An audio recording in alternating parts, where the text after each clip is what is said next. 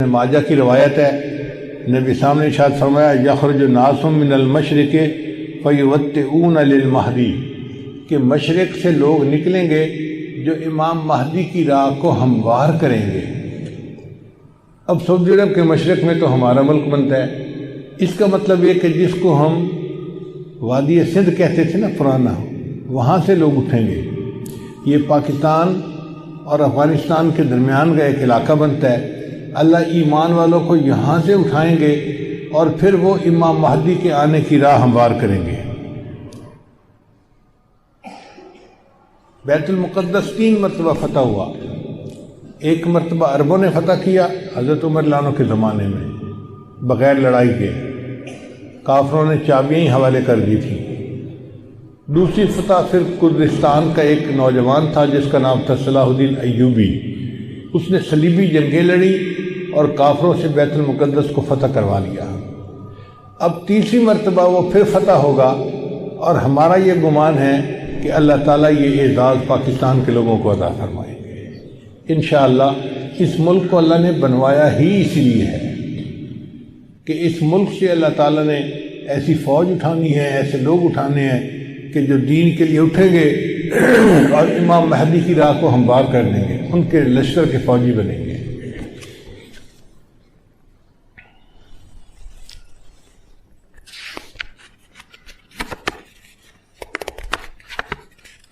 علامہ اقبال نے بہت خوبصورت شعر کہا ہے فارسی میں،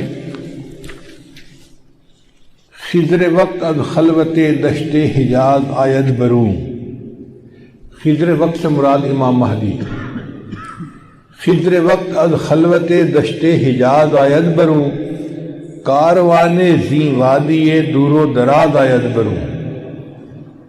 یعنی زی عظیم یہ کارواں جو ہے نا، یہ دور دراز سے آئے گا اور حجاز کے اندر آ کر یہ برآمد ہوگا۔ حدیث مبارکہ میں بھی ہے کہ امام مہدی آئیں گے مگر وہ چھپے ہوں گے، اپنے آپ کو چھپائیں گے۔ پہلے مدینہ طیبہ میں ہوں گے مگر وہ وہاں سے مکہ مکرمہ اس لیے آ جائیں گے کہ لوگ مجھے پہچان نہ لیں، چھپ رہے ہوں گے لوگوں سے کہ لوگ مجھے دیکھ نہ لیں، پہچان نہ لیں۔ لیکن جب مکہ مکرمہ میں وہ طواف کر رہے ہوں گے تو وہ حجر اسود کے قریب آئیں گے تو ایک غیب سے آواز آئے گی کہ لوگوں یہ مہدی ہیں، تم ان کی بیعت کر لو۔ تو لوگ ان کے ساتھ بیعت کر لیں گے اور پھر ان کے ساتھ ایک لشکر شروع ہو جائے گا۔ یہ لشکر ایسا ہوگا کہ جس نے بالآخر بیت المقدس کو فتح کرنا ہے۔ حدیث مبارکہ میں ہے کہ کالے جھنڈے یہ لے کر لوگ اٹھیں گے اور وہ اس کو جا کر بیت المقدس کے اندر گاڑیں گے، یعنی امام مہدی کے ہاتھ پہ اللہ تعالیٰ بیت المقدس کو فتح کروائیں گے۔ پھر امام مہدی موجود ہوں گے تو ان کی موجودگی میں حضرت عیسیٰ علیہ السلام بھی آئیں گے۔ دمشق کی ایک مسجد ہے، اس مسجد میں وہ نماز کے لیے کھڑے ہوں گے، تکبیر کہی جائے گی تو اتنے میں حضرت عیسیٰ علیہ السلام اس مسجد کے مینارے کے اوپر اتریں گے آسمان سے۔ تو امام مہدی ان کو کہیں گے جی کہ آپ نماز پڑھائیں، اور وہ امام مہدی کو کہیں جی کہ آپ نماز پڑھائیں۔ چنانچہ حضرت عیسیٰ علیہ السلام کے حکم پر امام مہدی نماز پڑھائیں گے۔ یہ اعزاز ملے گا ان کو کہ حضرت عیسیٰ علیہ السلام ان کے پیچھے نماز ادا کریں گے۔ اب حضرت عیسیٰ علیہ السلام نبی علیہ السلام کی شریعت کے مطابق یہاں پر زندگی گزاریں گے۔ یہ ان کے لیے بھی اعزاز کہ انہوں نے دعا مانگی تھی کہ اللہ مجھے اپنے محبوب کی امت میں ہونے کا شرف عطا فرما، تو اللہ نے ان کو آسمانوں پہ بلا لیا اور پھر اللہ ان کو دوبارہ بھیجیں گے تاکہ وہ اس شرف کو حاصل کر سکیں۔ پھر حضرت عیسیٰ علیہ السلام بیت المقدس آئیں گے۔ اتنے میں دجال بھی آ جائے گا۔ اب دجال جو ہے وہ پوری دنیا کے اندر کفر کو پھیلائے گا۔ اس کے پاس ٹیکنالوجی ایسی ہوگی کہ بارش برسے گی، کھیتیاں زیادہ ہو جائیں گی، پھل زیادہ ہو جائیں گے، اور لوگ اس کے پیچھے لگ جائیں گے مادی وسائل کی وجہ سے۔ بلکہ حدیث پاک میں آتا ہے کہ اس کی پیروی کرنے والی عورتیں زیادہ ہوں گی، کیونکہ عورتوں میں مادیت پرستی زیادہ ہوتی ہے، چمک دمک ان کو زیادہ کھینچتی ہے، تو یہ دجال کے فتنے میں زیادہ گرفتار ہوں گی۔ پھر حضرت عیسیٰ علیہ السلام کو جب پتہ چلے گا تو وہ دجال کی پیچھا کریں گے کہ اس کو قتل کریں۔ اب دجال وہاں سے بھاگے گا، تو بھاگ کے کہاں جائے گا؟ وہ اسرائیل جائے گا، اور وہاں پر ایک جگہ ہے، اس کا نام ہے باب لد۔ اس وقت بھی اسرائیل میں ایک ایئرپورٹ ہے، اس کا نام ہے لد ایئرپورٹ، شہر کا نام بھی لد ہے، اور اسرائیل والوں نے وہاں پر ایک دروازہ بنایا ہے، اس کے اوپر انہوں نے باقاعدہ لکھا ہے باب لد۔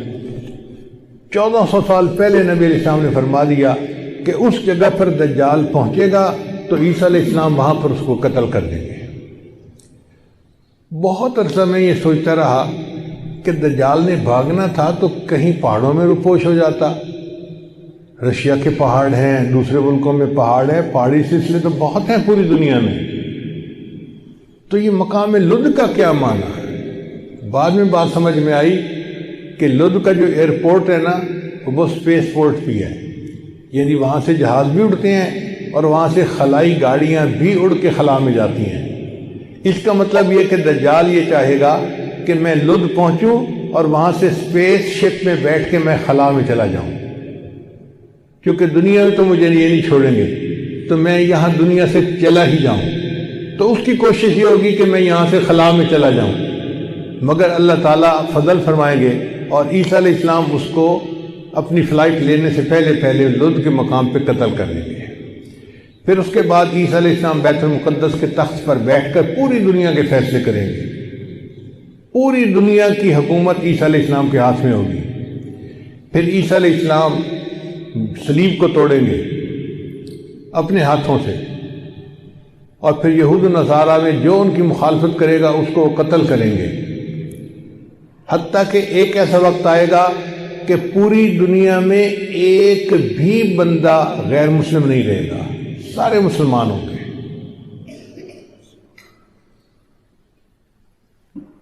اس وقت اتنی برکتیں ہوں گی، حدیث پاک میں آتا ہے کہ ایک گائے کا دودھ پورے خاندان کے لیے کافی ہو جائے گا۔